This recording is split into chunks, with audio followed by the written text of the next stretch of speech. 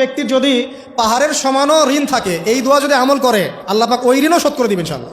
রিজিক তো বাড়বেই ইনশাআল্লাহ, আপনার যত ঋণ আছে ইনশাআল্লাহ আল্লাহ পাক শোধ করে দিবেন। বিশ্বাস করলেন না?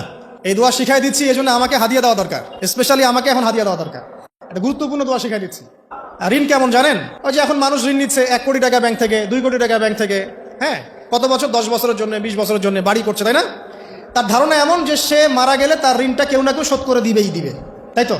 আর আল্লাহ রসুল কি বলছেন দেখেন, একজন মারা গেছেন, নবী সাল্লাল্লাহু আলাইহি ওয়াসাল্লামের সময় একজন মারা গেছেন। তো নবী করিম সাল্লাল্লাহু আলাইহি ওয়াসাল্লাম বলছেন, এই ব্যক্তির কি কোনো ঋণ আছে? একজন সাহাবী বলেন, হ্যাঁ ইয়া রাসূলুল্লাহ, তো ঋণ আছে। নবীজি বললেন, তোমরা ওর জানাজা পড়ো, আমাকে ডেকো না, তোমরা ওর জানাজা পড়ে নাও, আমি জানাজা পড়তে চাচ্ছি না। আমি এখন কেমন করে আপনাকে বুঝাবো ঋণ কত ভয়ঙ্কর জিনিস? আপনি যে ব্যাংক থেকে 3-4 কোটি টাকার লোন নিয়ে রাখছেন, লাখ লাখ টাকা লোন নিয়ে বসে আছেন, দিব্যি সুখে বসে আছেন, এমন চিন্তায় যে আপনার মৌত হবে না। আর নবী সাল্লাল্লাহু আলাইহি ওয়াসাল্লামের সময়ে একজন মারা যাচ্ছেন, তিনি বলছেন তোমরা জানাজা পড়ে নাও, আমি জানাজা পড়তে চাচ্ছি না। মানে ঋণগ্রস্ত ব্যক্তি জানাজাও তিনি পড়তেন না। তারপরে একজন এসে বললেন, ইয়া রাসূলুল্লাহ, আমি তার ঋণ শোধ করে দিব, তার যা ঋণ আছে আমি শোধ করে দিব। তখন নবী এসে জানাজা পড়লেন সাল্লাল্লাহু আলাইহি ওয়াসাল্লাম। তা আপনার এই কোটি কোটি টাকা ঋণ শোধ করার লোক তো রেডি আছে নাকি? আছে না? সমস্যা নেই, আপনার জানাজা পড়া হবে। কারণ হুজুরকে আপনি 5,000 টাকা দিবেন, হুজুর জানাজা পড়াই দিবে, কোনো সমস্যা নেই। তারপরে আপনার মিলাদও হবে, আপনার একটা বড়সড় দোয়াও হবে ইনশাআল্লাহ। কিন্তু আল্লাহ পাক বলেছেন যে শহীদ, আল্লাহর পথে যুদ্ধ করে শহীদ হয়েছে, এই ব্যক্তির আত্মাও ঝুলে থাকে যতক্ষণ পর্যন্ত না তার ঋণটা শোধ করা হয়।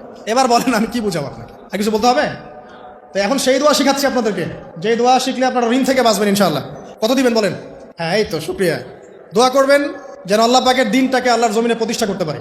আমার সাথে বলেন, দোয়াটা হচ্ছে আল্লাহুম্মা ইকফিনি বিহালালিকা আন হারামিকা ওয়া আগনিনি বিফদলিকা আম্মান সিওয়াকা।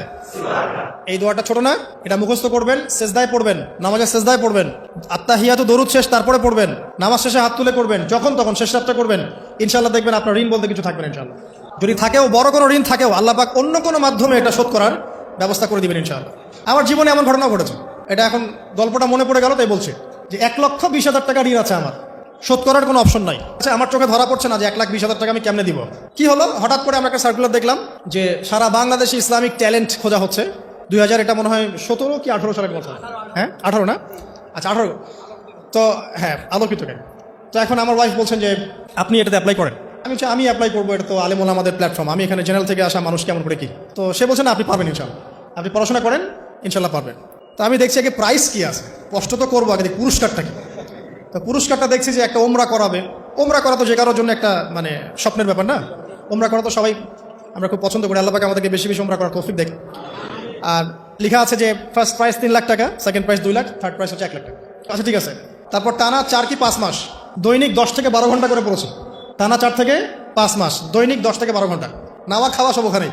আর যতটা সহজ মনে করছেন আসলে কিন্তু প্রতিযোগিতা অত সহজ নয়। আসলে যে কোনো জায়গা থেকে প্রশ্ন আসতে পারে, আকিদা, সিরাত, ইতিহাস, এটা ওইটা অনেক টপিক, প্রায় 36টা বিভাগ আছে।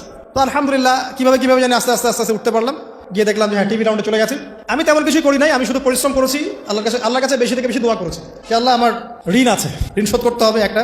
এবং আমি চাচ্ছি যে এই প্রোগ্রামের মধ্য দিয়ে দিনের একটা বড় সার্কেল পাওয়া যায়, দিনী প্ল্যাটফর্ম পাওয়া যায়। তো আলহামদুলিল্লাহ আল্লাহ পাকের ইচ্ছায় সেখানে একটা ভালো রেজাল্ট হলো এবং সেখানে ওমরাও করা হলো আলহামদুলিল্লাহ। এবং ক্যাশ তারা খুব তাড়াতাড়ি দিয়ে দিয়েছে। আমি পুরো ক্যাশটা আগে পেয়েই আগে ঋণটা শোধ। এখন এই সময় কিন্তু আমি দোয়াটা করেছি, আল্লাহুম্মা কফিনি বিহালালিকা আন হারামিক ওয়া আগনিনি বিফদলিকা আম্মান সিওয়াক। দেখেন, আমি কিন্তু জানতামও না এমন কোনো প্রতিযোগিতা হবে, আমি সেখানে পার্টিসিপেট করব, ওই ওসিলায় ওমরা করব, ওই ওসিলায় আবার ঋণও শোধ হবে, আমার কিন্তু মাথায় ছিল না। এটাই হচ্ছে আল্লাহ পাকের সেই আয়াত, ওয়া মান ইয়াত্তাকিল্লাহ ইয়াজআল লাহু মাখরাজা।